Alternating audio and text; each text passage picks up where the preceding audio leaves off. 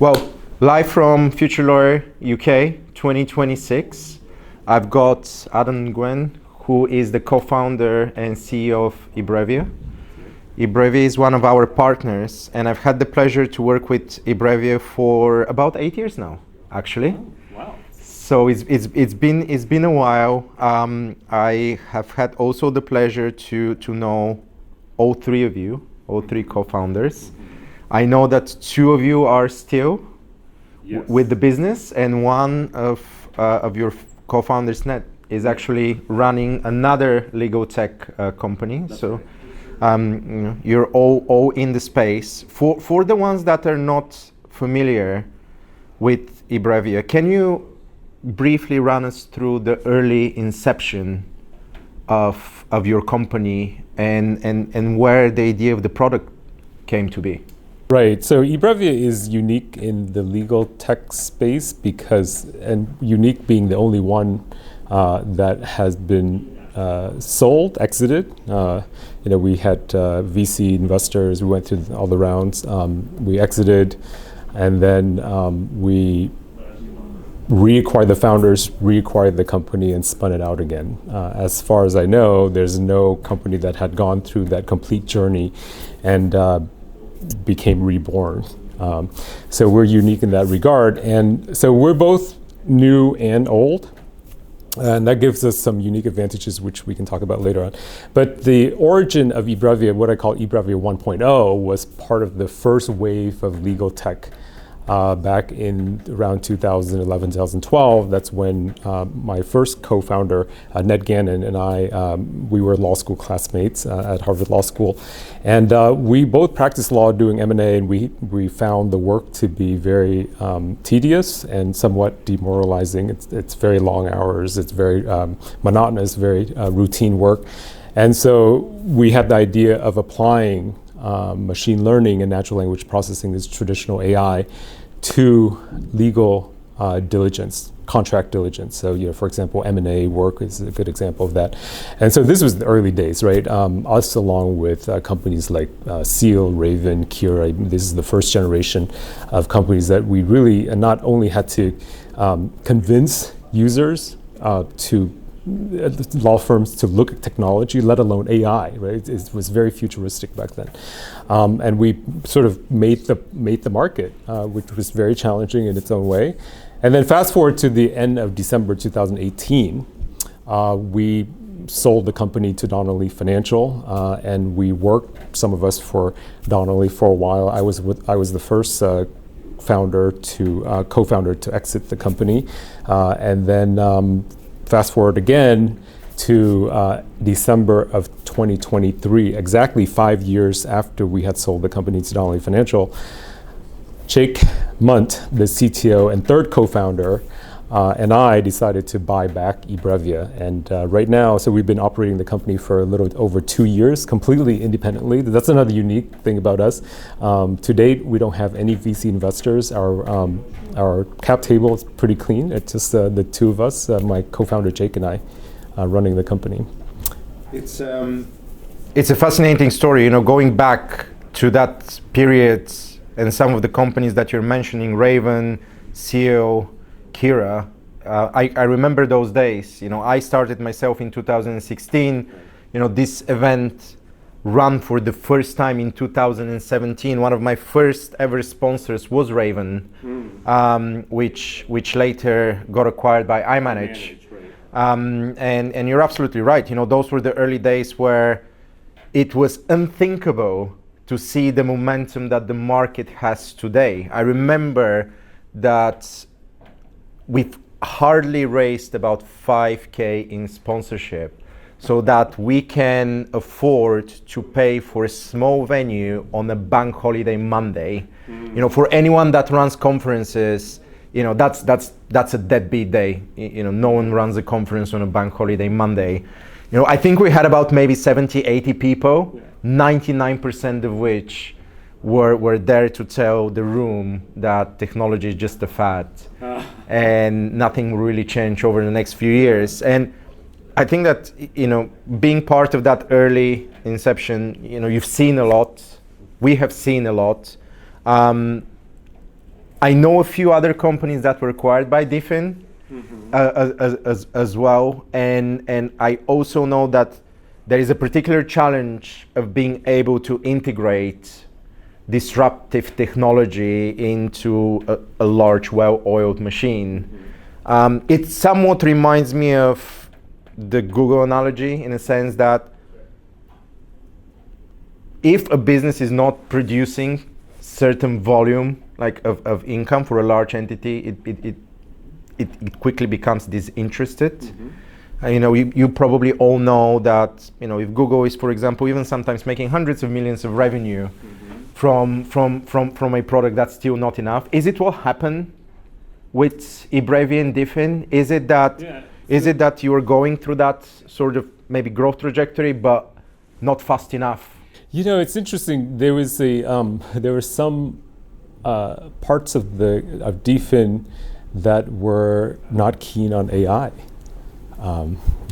It's just they were just because of the fear of risk to their clients. A lot of financial institutions were clients, so there was this bifurcation in the company as a whole of not you stick with non-AI technology, and then there's eBrevia sitting over here that is very AI, very forward thinking. So I think there's a disconnect in culture more than anything. It's not about money, but often when you bring in a merger of two companies, whether it's two equals or one larger company, one smaller, you have to make sure that there's a culture fit in terms of people and in terms of your technology vision, right? So if the visions are not aligned, you can't have one company that is AI forward and one company that is, more risk averse, melding together. So I think that was one of the factors that led to the separation.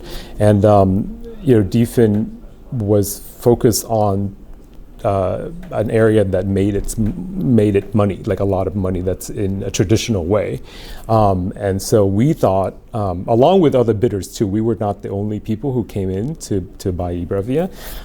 We thought that, with the advent of LLM models, with what's happening in the AI space, particularly in 2023, that instead of starting a new company, which Jake and I were considering, we thought that, we have a great team in place, and we had clients who had reached out to me personally on my personal cell phone to say, why don't you come back and improve eBrevia and make something better from it? So so that was another calculus for us too. Instead of starting from scratch, we went with what we knew and built on top of what we knew, and especially the clients and the team that we already had in place.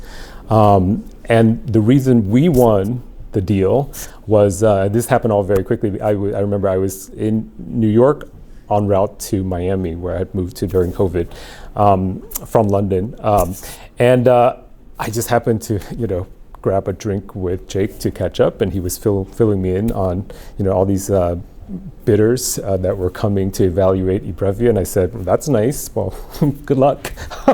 I'm heading to Miami.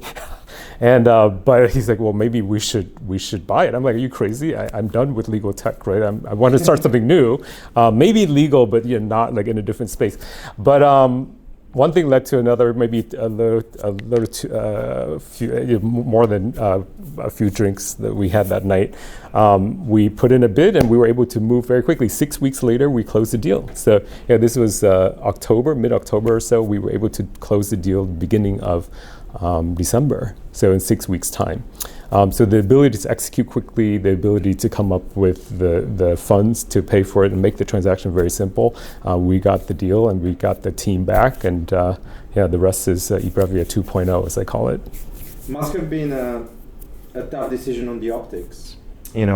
Deciding whether you as a two successful co-founders that have exited are better off starting something new. Under a new name, under a new story, albeit maybe a similar technology, or bringing back or resurrecting, if you wish, the old. I guess that having some satisfied customers has helped, but did you, how much did you kind of put into deciding whether you guys are better off investing that money into buying back the company or just it's three things. It came down to three things. So, I always tell my team, building a company is about people, process, and technology, PPT, right? And you notice I mentioned technology last, because at the end of the day, whether it's a donut shop or an AI company, you need people and you need process in place. So we had the people, the team, many of whom had been part of eBrevia before it was brought by DFIN, people that I personally recruited and personally knew. I was surprised that they were still there. So we had that in place. We had, in terms of process and infrastructure, in place. And now, the other thing that your audience should know is that when you're building an AI company, a lot of it is actually not AI, right? There's just simple software, front end, back end, infrastructure stuff that has very little to do with AI that you still have to build, right? And so, for example, a document repository, there's a lot of complexity that go into that, the workflow, the design. That's not AI, but that was already built. That saved us a lot of money instead of starting from scratch and building out a contract repo or designing a process workflow that clients over almost a decade has helped us to design, right? So we didn't want to start from scratch. So that's another factor. And then the third factor is, as I mentioned before, is the clients. It's very, you can talk to all of the startups out there. It's very hard to get that first client. It's very hard to reach positive cash flow, net positive cash flow. And so we got all those things, right? And so now the fun part is like coming in. Imagine if you're doing a startup, but you have already a list of clients, you have the team, you have the infrastructure. Now you just have to build on top of it and make things interesting. Like what can we do with LLMs? Where are the needs in the market? We just respond to our customers. So it's just much more fun doing that approach than starting from square one or square zero. I mean, it's a unique position, right? Yeah. Looking back, we always wonder, what would have I done differently? Right. If I was to start all over again. And that's exactly what we're doing. We was like, well, eBrevia 2.0, we can keep certain things that we like, but we're still making changes. We spent the first year upgrading the infrastructure. It took a whole year, and then process people. We're working through and rebuilding the team again, and bringing in new, fresh faces to learn new things. Because we want to learn lessons from other people, from other companies. In fact, one of our relatively new employees sitting right here, she came from the consulting world, and we're learning all sorts of things from her. So we're in that unique situation, but at the same time, we have the brand that people recognize. And I think the challenge here is communicating with our clients that we have an established brand. That means that you can trust us. We've been around, so law firms like Simpson Thacher, Morrison Foerster, all these law firms, major law firms, DLA, Piper, are using us because they know that we're proven, right? We're secure, we're proven. The challenge for us is to convince these clients that we're also innovative, that we're not just sticking, to machine learning and NLP. And in fact, we have layered in a lot of the new LLMs. So to convey that we're both trustworthy, established, but at the same time forward-looking and innovative. Two sides of the coin. Adam, sounds super exciting. I look forward to seeing more of eBrevia 2.0. Sure. Thank you. Oh, thank you very much.